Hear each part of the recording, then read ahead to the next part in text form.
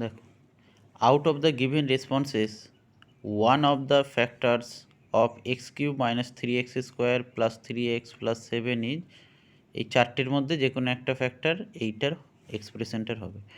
তাহলে let f x equal to x cube minus 3x square plus 3x plus 7।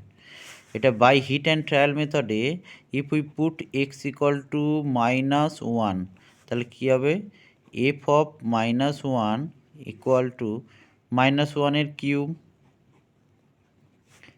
3 into -1 square plus 3 into -1 plus 7। এটা হবে 0। এটা -1 -3 plus 7, that is -7 plus 7 equal to 0।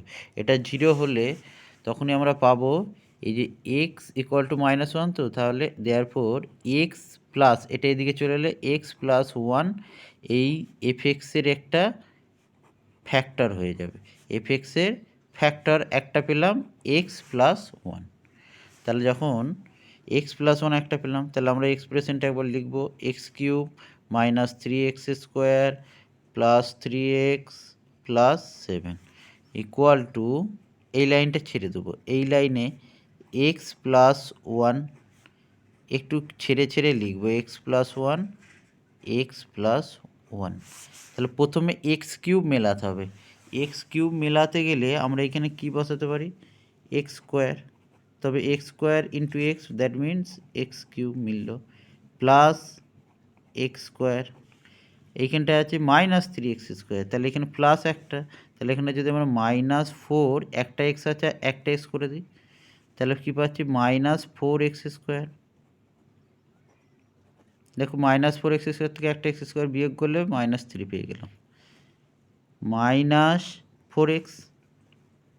আবার এখানে +3x আছে, তার মানে এখানে -4 হয়েছে, 3 বেশি দিতে হবে, +7, তাহলে +7x প্লাস 7 মিলে গেল উপরটা, দ্যাট ইজ একটা ফ্যাক্টর এক্স প্লাস 1, অপর ফ্যাক্টর হয়ে যাচ্ছে এক্স স্কোয়ার -4x প্লাস 7।